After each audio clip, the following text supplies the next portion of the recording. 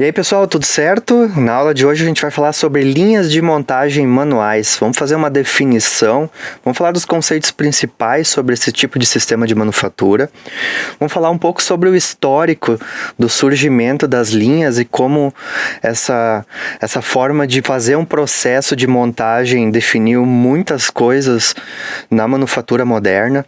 Vamos falar um pouco dos tipos de movimentação que acontecem nessas linhas também. Então essa aula tem alguns vídeos de exemplos que a gente vai discutir. Bom, o que é uma linha de montagem manual? Basicamente, como nessa figura aqui embaixo está representando, a gente tem uma sequência de estações de trabalho, né? Lembrando que uma estação de trabalho é onde uma etapa bem definida do processo de montagem, né, ou de processamento acontece.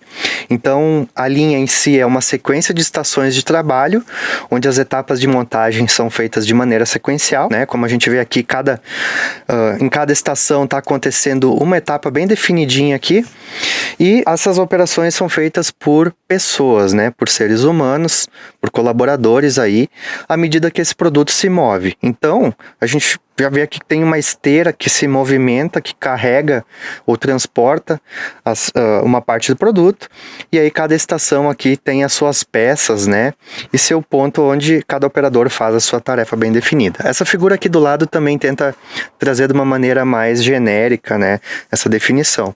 Normalmente tu tem uma esteira, então tu tem várias estações, estação 1, 2, 3, né, até a estação N, ou seja, uma série de estações.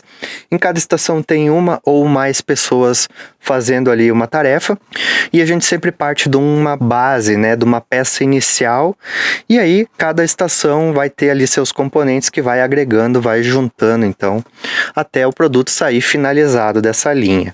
Então, aonde a gente aplica, né, a linha de montagem? Geralmente a gente vai ter produtos muito semelhantes ou idênticos, com uma alta demanda ou uma demanda média, né? A gente fala aqui de milhares de unidades por mês ou até milhões de unidades muitas vezes. A linha de montagem, né, como o próprio nome diz, montagem quer dizer que tu tá unindo componentes, tu tá montando um produto, né?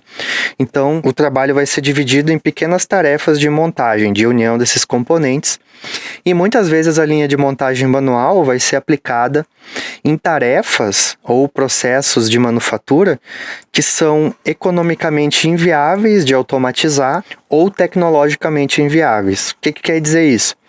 Quando tu tem um produto que tem um tempo de vida muito curto, então olha essa figura aqui do lado, né? Tu tem ali a colaboradora, o que ela está fazendo? Ela está testando vários telefones celulares que acabaram de sair da linha para ver se está tudo funcionando, fazendo um diagnóstico, ou está programando eles, né?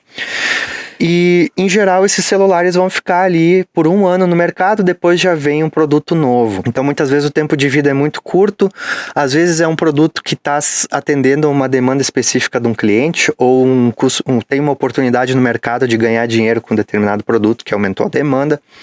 Então, tu tem produtos com tempo de vida muito curto, que daí não vale a pena automatizar. Muitos produtos exigem uma destreza manual nessa montagem, ou são componentes muito pequenos que precisam de uma inspeção enquanto está sendo montado. E outra coisa também é que tu consegue na linha de montagem fazer testes e própria inspeção ao longo da montagem e já descartar o produto ou reencaminhar ele na linha para fazer algum retrabalho. Então a linha de montagem manual ela é muito boa nessas situações.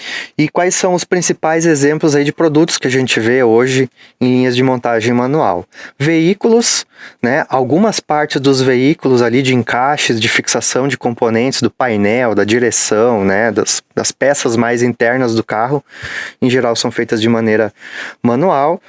Computadores também, né?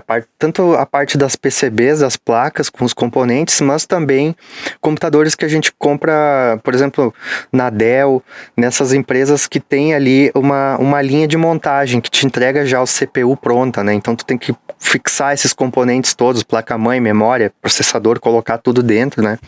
Ferramentas, eletrodomésticos, que é o caso dessa figura, telefones, smartphones, né? Toda essa parte aí desses equipamentos eletrônicos, lâmpadas térmicas, móveis, são exemplos que a gente vê aqui na Serra Gaúcha também. Então, quais são as principais operações que essas pessoas, esses colaboradores fazem? Em geral é a colagem vai aplicar algum adesivo, algum selante para unir os componentes, soldagem com estação de solda, né? Principalmente equipamentos eletrônicos, tu vai ter uma pessoa que eventualmente vai soldar alguns fios, alguns terminais ali durante a montagem. Também a solda de arco e ponto em alguns equipamentos. E a parte de fixação, colocar grampos, fazer a crimpagem, fazer o encaixe por pressão, né, que é quando a gente encaixa dois componentes que tem ali algumas partes que vão fixar, vai aplicar rebites, ilhoses, vai botar abraçadeiras de nylon, vai fazer o grampeamento, parafusamento, costura, né. Então essas tarefas que tem ali uma destreza manual que precisa ser desempenhada. Conexões elétricas, muitas vezes, e inserção de componentes. Então, aí são bons exemplos das atividades que acontecem durante a montagem numa linha de montagem manual. Para trazer um exemplo para vocês, eu trago esse vídeo aqui, que é de uma linha de montagem de tablets na China, né? Esse vídeo já tem aí mais de 10 anos, mas o que a gente vê aqui, ó? Vocês podem ver que tem uma esteira aqui no meio que faz a movimentação dos produtos. E vocês têm várias pessoas, né, cada uma na sua estação com as suas tarefas. Por exemplo, essa menina faz ali a soldagem de um dos componentes da parte eletrônica em outra fixa ali a câmera, né, e aí vai botando esses produtos na linha para a próxima pessoa pegar, então, né, e fazer a sua tarefa. O que a gente pode ver também, né, tarefas aqui de pegar os plásticos que saíram da injetora e cortar ali as pecinhas, separar elas. Alguns ali fixam com durex, aplicam uma cola para fazer a fixagem de alguma parte específica, né? E vocês podem ver também que tem um pouco de produto acumulado em cada estação, né?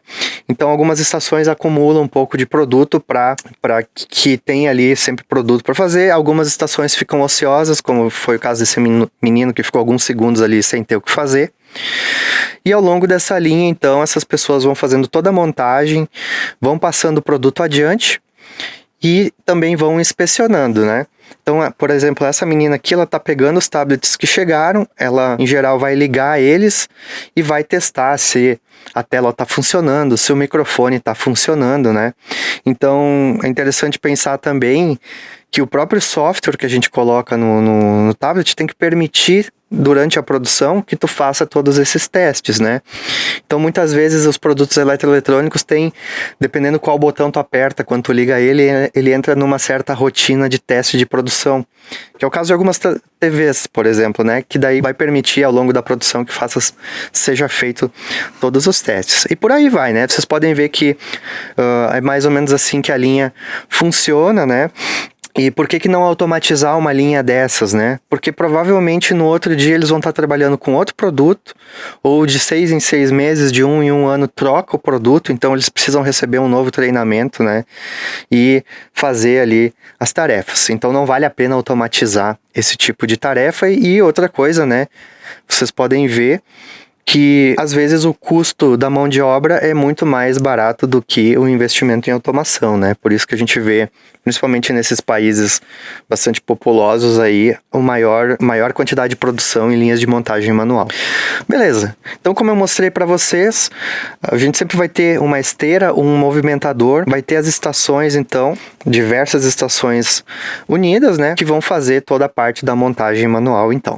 E como eu falei, só para reforçar, a estação de trabalho, então, é onde uma tarefa bem definida acontece, né? Como vocês viram ali no vídeo de exemplo, cada estação, cada colaborador está numa estação, em cada estação é feita uma parte básica dessas tarefas e cada estação tem as suas ferramentas específicas. O que mais, pessoal, temos a respeito da linha de montagem manual? Bom, a montagem vai ocorrer ao longo da linha, né? Cada estação faz uma parcela do trabalho. E a gente tem a peça base, então, que é uma peça inicial. Poderia ser, por exemplo, um chassi, que vai ser lançada nessa linha de tempos em tempos, então. E aí os trabalhadores vão ter que fazer suas atividades. E aí a gente tem que calcular também o tempo de ciclo para conseguir determinar a capacidade, né, ou a taxa de produção, que é a quantidade de unidades que essa linha vai conseguir entregar por uma fatia de tempo, né? Por exemplo, unidades por hora ou unidades por dia. Então a gente vai analisar um pouco mais a fundo essa parte dos tempos de ciclo na próxima parte dessa aula. Vamos falar um pouco do histórico da linha de trabalho, dessas linhas de produção, né? E esse histórico tem muito a ver com a história da indústria e da manufatura como um todo. E um dos princípios desses conceitos que chegaram ou desencadearam o surgimento da linha é a divisão do trabalho, que é um conceito lá do Frederick Taylor, de 1911. Em 1911 ele lançou um livro, né, um material que era os Princípios de Administração Científica, onde se aplicou o método científico na produção, para tentar tornar a produção melhor, né, e mais lucrativa também, e mais eficiente. E Taylor trabalhou bastante na indústria, né? Então ele agregou todo esse conhecimento junto com o conhecimento acadêmico dele, chegando nesse material. E nele ele fala da racionalização da produção, de aplicar um método científico, medir os tempos de produção, fazer testes, medir, avaliar os resultados, né? Então esses ciclos que a gente vê em vários setores da produção, né? Que é medir, avaliar, agir, controlar e voltar, né? Sempre esse ciclo de fazer uma medição, aplicar uma técnica, aplicar uma melhoria, avaliar o quanto ela melhorou e seguir o ciclo, né? Então tem muito a ver com o Taylor, e uma das coisas que ele defendia também, né, que ele trouxe, é a divisão das tarefas. Então pegar tarefas e dividir elas em tarefas bem especializadas e repetitivas. Para que isso? Porque daí tu ia conseguir especializar cada uma das pessoas que trabalha nessa linha para que ela seja uma ótima especialista naquela tarefa específica que ela sabe fazer. Isso vai te trazer um ganho de qualidade e também, né, de velocidade do processo. Outra coisa que ele fala é da supervisão e hierarquização, ou seja, a gente tem uma hierarquia onde tu tem algumas pessoas trabalhando na linha, tu tem um supervisor, tu tem um chefe de determinado setor, então tu tem uma hierarquia e tu tem um controle da jornada de trabalho. Tu controla o tempo que cada trabalhador está ali, tu controla também a quantidade produzida, né? Tu monitora alguns parâmetros do teu processo. E outra coisa que ele aponta aqui é o trabalho manual versus o trabalho intelectual, sendo que o trabalho manual está mais aplicado no produto, e o trabalho intelectual tem a ver com toda essa racionalização que ele fala, e produzir mais quantidade em menos tempo. Esse era o maior objetivo, né? E quem fez uso desses conceitos foi o Henry Ford, na própria montadora da Ford, então. Então a gente também tem esse conceito do Fordismo, né, que era a forma de fazer e de trabalhar a produção. Então foi aplicado aqui a administração científica e, por consequência, isso permitiu o desenvolvimento, então, da linha de montagem, que é a produção em série, né? Produção de vários produtos em série. A gente vai ter aqui, ó, a inserção de esteiras e de trilhos, então, para fazer a movimentação do produto. E a grande diferença aqui é a posição fixa do funcionário. O colaborador, no caso, ele fica numa posição específica, o produto vai passando e ele faz a única tarefa dele, né? Isso também permitiu aí a elevação dos salários em função da especialização e também numa taxa de produção maior, e permitiu também o consumo e a produção em massa, reduzindo também os custos de produção. Para isso, eu trago o vídeo aqui da história do Ford Modelo T, que é um dos primeiros veículos comerciais, né? Ele valia aqui, ó, $850 nessa época. Esse vídeo aqui é de 40, 50 por aí, ou um pouco antes até. Mas ele conta um pouco do contexto desse modelo T. Então, olha só, como é que funcionava antes. Os colaboradores tinham aqui uns cavaletes, né? Que é basicamente o chassi do carro com as vigas. E cada par de colaboradores, né? Era responsável pela montagem inteira do carro. Ou seja, desde o chassi, fixação do motor, fixação da direção, das rodas. Cada equipe construía o seu carro, né? Então, imagina só a quantidade de coisas que tu precisava fazer e controlar, se tu estivesse trabalhando nessa equipe, para garantir a montagem, não esquecer de nenhuma peça. Então, era muita informação para essas pessoas, né, sobre a montagem do carro. Tinha que ter um treinamento muito intenso para essas pessoas. E se o colaborador faltasse, né, a equipe estava bem comprometida também. Então a gente via essas questões aí, né, de uma montagem muito trabalhosa. E olha só o que se resolveu então fazer, né, aplicando aí os conceitos. O Ford, então, né, segundo a história aí, esse vídeo está em inglês, por isso eu não deixei o áudio original. Ele começou então a carregar o chassi parava numa estação, os colaboradores, cada um fazia a fixação de uma única peça específica e depois o carro era puxado para a próxima estação. E aí eles cronometraram quanto tempo levava para isso acontecer, né? Só que aqui a gente já vê que as equipes estão preparadas para fazer a montagem específica de um único componente, né, do carro e passava adiante, né? Então eles fizeram isso aqui, essas fixações, e aí acabou surgindo a linha, né? Vocês podem ver aqui já a aplicação de trilhos, então, para fazer a movimentação. E aí o que a gente vê também aqui, ó, é justamente as linhas de montagem, né? Por exemplo, montando aqui o sistema de embreagem, o sistema de freio. Cada um recebia, pegava ali os componentes, fixava, passava, empurrava para o próximo colaborador. Então, esses trabalhos bem repetitivos, né? Mas cada operador fazia ali a sua etapa da montagem. Isso aumentou muito a velocidade, né? Vocês podem ver a quantidade de peças aqui, vários sistemas aí de movimentação, esteiras, né? Que vão deslocar o produto de um setor para outro. Cada operador aqui, ó, montando o radiador, a parte da montagem do motor, dos blocos que vão passando também. Os trilhos, né, para deslocamento das peças ao longo da produção, pintura, secagem, né, das peças, e aí os trilhos de montagem, né, onde vão sendo feitas as fixações. E a cada 40 segundos um carro pronto saía da produção, depois que eles começaram a aplicar a linha de montagem. Olha que bonitinho, os carros todos saindo prontos aí. Isso barateou muito o custo de produção também desses veículos, né, o que permitiu aí que muitas pessoas não começassem a ter veículos. Quais são os princípios da linha de montagem? Bom, especializar então o trabalho, né, divisão do trabalho em estações, né, isso vai permitir aí um trabalhador mais especializado na sua única tarefa, vai facilitar também a substituição dessas pessoas. O princípio do fluxo de trabalho, então, da movimentação desse produto. Tem a questão do ritmo da linha, onde os trabalhadores têm que completar suas tarefas dentro de um tempo pré-definido, né? Então, tu tem ali um ritmo a ser estabelecido, e os componentes da montagem tem que ter uma tolerância dimensional, tem que ter uma alta qualidade para não travar a linha de produção. Então, pessoal, sistemas de transporte, né? Vocês viram ali o uso de esteiras, de trilhos. A gente tem os sistemas de transporte manuais, onde os trabalhadores que movem o produto adiante, e as unidades de trabalho podem ser também movidas em lotes, em caixas, né? Mas é uma movimentação manual.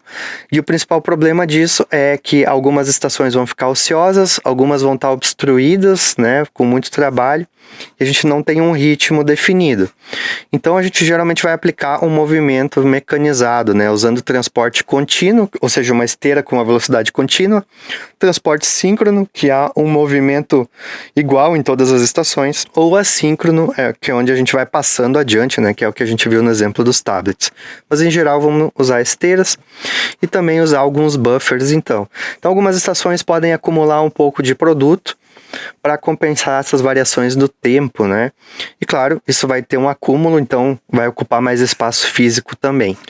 O movimento contínuo, então, é aquele onde tu tem uma velocidade contínua na esteira, o produto vai passando e cada pessoa, né, cada estação vai ter um tempo, né, e um espaço pré-definido de trabalho. Então essa estação entra e tu tem um espaço ali definido onde o trabalhador vai poder se mover para fazer a instalação e a fixação. Tu tem o movimento simultâneo, que é aquele síncrono, então, que é o que anda e para, né? Então, todas as estações, todos os produtos movimentam simultaneamente.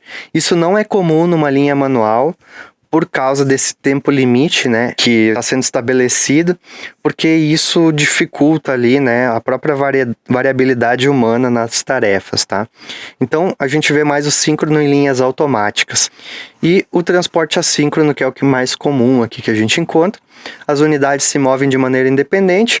Depois que a estação terminou a sua tarefa, ela entrega, então, ou joga numa esteira e vai acumulando, então, ou vai se deslocando para a próxima estação. Então, esse aqui é o que geralmente é utilizado quando tu tem montagem manual. E quanto à variedade de produto, pessoal, como eu falei, né, tu pode ter modelos únicos com uma alta demanda, mas tu também pode trabalhar em lotes, né, tu pode variar o produto a cada dia, por exemplo. Claro que daí tu tem uma preparação e um tempo de setup, de reorganização do layout, para preparar a equipe também para lidar com os lotes, ou tu pode ter modelo misto, né? Então, produtos que têm pequenas variações entre si e daqui a pouco tu consegue atender, então, a pedidos mais específicos de cada cliente. Claro que daí em alguns pontos específicos dessa linha de montagem tem alguma troca ali de alguma cor de um componente, por exemplo, e algum sistema que vai orientar esses colaboradores na sua estação a saber quais peças ele vai ter que usar em determinado momento, tá?